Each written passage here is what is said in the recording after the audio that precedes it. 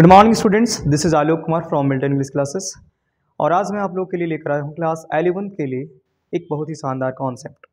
ये कॉन्सेप्ट निश्चित तौर पे आप लोगों को बहुत ज़्यादा हेल्प करेगा। और कई सारे बच्चे ऐसे भी हैं जो 12th पास कर चुके हैं या फिर ग्रेजुएशन पास कर चुके हैं, फिर भी ये कॉन्सेप्ट को नहीं जानते हैं। सो लिटरली आज मैं एक कॉन्सेप्ट बताने के पीछे मेरा सिर्फ इतनी सी मकसद है कि आप तक ये वीडियोस पहुंच जाए और आप भी कॉन्सेप्ट को जानें। सबसे पहले मैं बात करने वाला हूँ ये कॉन्सेप्ट नंबर 1 है हमारा। कॉन्सेप्ट क्या है मेरे भाई, जरा ध्यान से देखना। अगर मैं कह रहा था कि सब्जेक्ट, जैसे कि कोई भी सेंटेंस में अगर सब्जेक्ट हमारा सिंगुलर नेचर का हो, ध्यान से देखना, कोई भी सेंटेंस में अगर हमारा सब्जेक्ट सिंगुलर नेचर का हो तो उसके बाद जो वर्ब आती है ना, उसका भी नेचर क्या होता है, सिंगुलर होता है। सारे लोगों को ये बात पता होगा कि मैंने क्या कहा। मैं कहा ऐसे कि सब्जेक्ट यदि सिंगुलर है तो उसके बाद जो वर्ब होगी, वर्ब चाहे मेन वर्ब होगा या फिर हेल्पिंग वर्ब या फिर ऑक्सिलरी वर्ब, हेल्पिंग और ऑक्सिलरी एक ही है, मेन वर्ब होगी या फिर ऑक्सिलरी वर्ब होगी। अगर यदि वर्ब हुआ तो वो सिंगुलर नेचर का होना चाहिए। इसके जस्ट अपोजिट आ जाए, अगर सब्जेक्ट प्लूरल नेचर का होगा तो इसके बाद जो आने वाली वर्ब होगी वो भी कैसा नेचर का होगा, प्लूरल नेचर का होगा। इतनी सी बात समझ में आई? अगर इतनी सी बात समझ में आया होगा तो प्लीज आप इस चीज को नोट कर लें या फिर इसको स्क्रीनशॉट कर लें, फिर मैं आगे में बढ़ता हूं। बस आपको ये याद कर लेना है। मैंने क्या कहा, अगर सब्जेक्ट सिंगुलर है तो इसके बाद आने वाली जो वर्ब होगी वो भी सिंगुलर होगा, और अगर सब्जेक्ट प्लूरल है तो उसके बाद जो आने वाली वर्ब है वो भी क्या होगा, प्लूरल होगा। बड़ी बात यहां पे आ जाता है, जैसे कि भाई मैं यहां पे एक चीज बताना चाहता हूं, जरा सा आप ध्यान से देंगे। यहाँ पे आप समझने का प्रयास करें, थोड़ा सा इधर मैं ले जाता हूँ, साइड में बताता हूँ आपको। ये चीज दिख रहा होगा बढ़िया से। देखिए मैं मेन वर्ब को बता रहा हूँ, ठीक है, मैं नंबर के बेसिस पे वर्ब बता रहा हूँ आप लोगों को, नंबर के आधार पे, ठीक है, सिंगुलर और प्लूरल के आधार पे वर्ब को डिस्कस कर रहा हूँ, ठीक है, वो भी मेन वर्ब। क्या मेन वर्ब? अभी मैं इधर चर्चा कर दूंगा हेल्पिंग वर्ब। पहले वेट कर लो, पहले वेट कर लो दोस्तों। आपको मैं बता दूं, देखिए कि जितने भी वर्ब का फर्स्ट फॉर्म है, जितने भी वर्ब का फर्स्ट फॉर्म है, वर्ब की जितने भी फर्स्ट फॉर्म है वो सबके सब प्लूरल हैं। इस बात को जान लीजिए आप लोग, है ना। There are so many students who don't know actually about this concept कि ये V1 जो होता है ना वो सारे के सारे प्लूरल होता है। अब जितने भी V1 हो जाए, कल होकर के अगर मैं पूछूं प्ले क्या हुआ तो कोई गलती से मत बता देना कि सर प्ले सिंगुलर है। ऐसा होता है, बच्चे मिस्टेक करते हैं, बता देते हैं प्ले सिंगुलर है। कैसे? रुको मैं यहाँ पे क्लियर करता हूँ थोड़ा सा कॉन्सेप्ट। वो यहाँ से सोचता है, बच्चे कहाँ से सोचता है, यहाँ से वो सोचता है यहाँ से कि अच्छा बॉय, बॉय इसमें ये सिंगुलर है और बॉयज ये प्लूरल है, तो ये भी हो सकता है कि प्ले सिंगुलर होगा और प्लेज प्लूरल होगा। ऐसा सोच लेता है कि इसमें एस लगा है तो प्लूरल है, तो इसमें भी एस लगा होगा तो ये भी प्लूरल होगा। यकीनन एक चीज गलत है। अगर आप भी ऐसा सोचते हैं तो छोड़ दीजिए सोचना ऐसा, क्योंकि ये गलत है मेरे भाई। इस बात को समझिए कि ये जो है वो नाउन है, लेकिन ये वर्ब है। वर्ब में ऐसी नहीं होती। वर्ब में तो मैं ऐसा बता रहा हूं ना कि जितने भी वर्ब वन होता है वो सारे के सारे प्लूरल होता है। तो दोस्तों ये वर्ब वन है ना, तो ये प्लूरल नहीं होगा, प्लूरल ये हो जाएगा और ये सिंगुलर। तो आपको याद रखना है कि वर्ब वन जो होते हैं वो सारे के सारे प्लूरल होते हैं, और वर्ब फाइव जिसमें एस लगा हो, जिसमें ई एस लगा हो, जिसमें आई एस लगा हो, वो सब के सब क्या हो जाएंगे, सिंगुलर। जिसमें प्ले का V5 प्लेस हो जाता है तो ये क्या हो गया, सिंगुलर। अभी मैं आपको और भी अच्छे से बताता हूं। जैसे मैं कहूं टीच, तो आप बताओ टीच क्या है, V1। टीच क्या है, V1। तो V1 अपने आप बता दो सर प्लूरल होगा। अगर मैं कहूं टीचेस, क्या कहूं, सॉरी टीचेस, मैं कहूं टीचेस, ये क्या हुआ, तो आप कहोगे सर ये V5 है। टीचेस क्या है, V5, और मैंने कहा V5 सिंगुलर होता है। V5 क्या होता है, सिंगुलर। अगर इतने भी कॉन्सेप्ट को आप नहीं जानते, इस चीज को भी नहीं जान पाते, आपको याद नहीं होता, तो मैं एक बढ़िया कॉन्सेप्ट बता रहा हूं। देखना ध्यान से बाबू, ये P जो लिखा हुआ है, ये जो P लिखा हुआ है, इस P में क्या छुपा हुआ है, 1।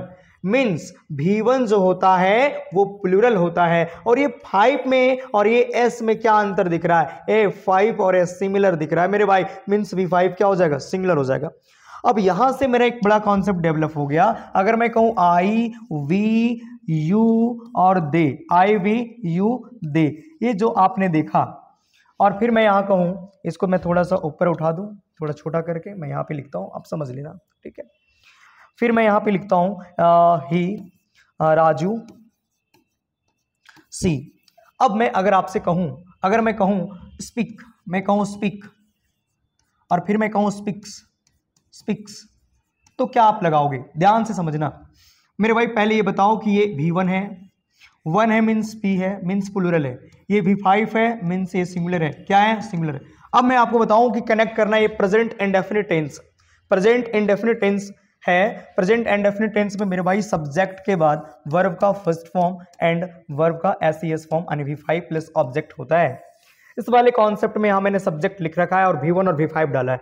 And now you have to choose कि कौन सा सब्जेक्ट के साथ स्पीक्स होगा और कौन सा सब्जेक्ट के साथ स्पीक होगा। तो जैसे कि आप देख लो, ये जितने के सेंटेंस ये सब देख रहे हो, ये सारे के सारे प्लूरल नेचर के सब्जेक्ट है। आप जानते हो आई और first person, you second person और दे जो है सो थर्ड पर्सन जो है वो प्लूरल है। बाकी ये जो है so third person singular number है। तो मेरे भाई जब ये प्लूरल है तो मैंने कहा प्लूरल क्या जाएगा? V1 के साथ। अभी मैंने कहा आप लोगों को ये कॉन्सेप्ट कि अगर सब्जेक्ट सिंगुलर तो वर्ब भी सिंगुलर, और मैंने कहा सब्जेक्ट अगर प्लूरल है तो वर्ब भी प्लूरल। तो ये जब प्लूरल है तो क्या आएगा? प्लूरल। तो ये सारे के सारे किससे जुड़ जाएंगे? स्पीक से। किससे जुड़ेंगे? स्पीक से। और ये जो ही है, सी है, राजू है, ये सबके नेचर है सिंगुलर, और सिंगुलर किससे जुड़ेंगे मेरे भाई? तो सिंगुलर जुड़ जाएंगे किससे? इससे। क्या ये बात समझ में आ गया? अगर आ गया होगा, निश्चित तौर पे अगर आप लोग को समझिए आ गया होगा, श्योर आ गया होगा, जहां तक मेरे को लगता है। आप एक बार स्क्रीनशॉट ले लें। इसी के आधार पे हम इस सीरीज को आगे कंटिन्यू करते हैं, जहां पे आप छोटे छोटे कॉन्सेप्ट को जानोगे। ढेर सारी हम लोग प्रैक्टिस करेंगे, यहाँ सेंटेंस को एट अ टाइम सोचेंगे। और अगर यदि आपको एक बार फिर से टाइम एंड टेंसेस को बहुत शानदार तरीके से, यूनिक तरीके से करना है, अगर आपको कॉपी में नहीं बल्कि आप अपने दिमाग में, अपने जहन में, होता क्या ना होता है कई बार कि मैं पूछता हूँ बच्चों से, पूछता हूँ कि do you know about the tenses या about rule about the structures of tenses, तो कहते हैं yes sir I know. But actually होता क्या है कि जब यूज करना होता है, when I say to use the structures of the tenses, तो वहाँ पे वो फ्रस्ट्रेट हो जाता है, वहाँ पे वो नहीं कर पाता है। तो एक्चुअली इस बात को इम्प्रूव करने के लिए माने आप लोगों की आप आंसर राइटिंग कर सको 12th क्लास में या फिर 11th क्लास में, इस चीज़ को लेकर के मैं फिर से एक बार टेंस का सीरीज ला रहा हूँ, जहाँ पे बिल्कुल यूनिक तरीके से आप लोग को कराया जाएगा। और ऐसी ढेर सारी कॉन्सेप्ट जहाँ पे पार्ट्स ऑफ स्पीच के छोटे छोटे कॉन्सेप्ट, जैसे नाउन से लेकर pronoun, adjective, verb, adverb, preposition के सारे कॉन्सेप्ट यहाँ पे मैं दूंगा। इसी के साथ मैं आप लोगों के लिए एक इंफॉर्मेशन भी लाया हूँ। वैसे बच्चे जो इस बार 10th पास करे हैं, वैसे बच्चे जो 10th पास करें हैं, चाहे वो जेक बोर्ड से हो या CBSE बोर्ड से हो, जेक से हो या CBSE से हो, वैसे बच्चों के लिए मिल्टन इंग्लिश क्लासेस एक बहुत ही सुनहरा अवसर प्रदान कर रही है। स्पीकिंग कोर्स को लेकर के स्पोकन क्लासेस, साथ ही साथ स्पोकन क्लासेस के साथ साथ यहाँ पे ग्रामर जो होगी वो बेसिक टू एडवांस होगा। बेसिक टू एडवांस ग्रामर जो है, बेसिक टू एडवांस, और इसके साथ ही लिटरेचर भी होगा। ये तीनों जो है सो टाइम टू टाइम लिटरेचर, ये तीनों टाइम टू टाइम खत्म किया जाएगा। और इसकी बैचेस हमारे पास ऑलरेडी शुरू हो चुके हैं। कब से शुरू हो चुके हैं तो मैं आपको टाइमिंग बता देता हूं। 9 से 10 मॉर्निंग में, फिर 6 से 7 इवनिंग में। 9 से 10 मॉर्निंग में और 6 से 7 इवनिंग में, है ना। ये PM में, ये AM में, और एक और हुआ है 10 से 11, ये भी सुबह हुआ है AM में। तो ये 3 बैचेस आप लोगों के लिए हैं और आप ये तीनों बैचेस में आकर के ज्वाइन कर सकते हैं। आपकी मेरी कॉन्टेक्ट नंबर है 7352263617। कहाँ पे आना है तो मैं बता देता हूँ आपको एड्रेस आना है लोचन पथ। कहाँ आना है? लोचन पथ आना है आप लोगों को, जो कि बाबू गांव से थोड़ा आगे है। और लोचन पथ में सरस्वती ITI कैंपस के 3rd फ्लोर में आपका ये क्लासरूम है, जहां पे आप लोगों को क्लास 11 के लिए बहुत ही शानदार एनवायरनमेंट भी मिलने जा रहा है। तो इन्हीं बातों के साथ मैं लेता हूं आप लोगों से विदा। तब तक रहिए आप लोग बहुत ही खुश, और फिर मैं मिलता हूं आप लोग को इसी तरह कोई अगले कॉन्सेप्ट के साथ। धन्यवाद।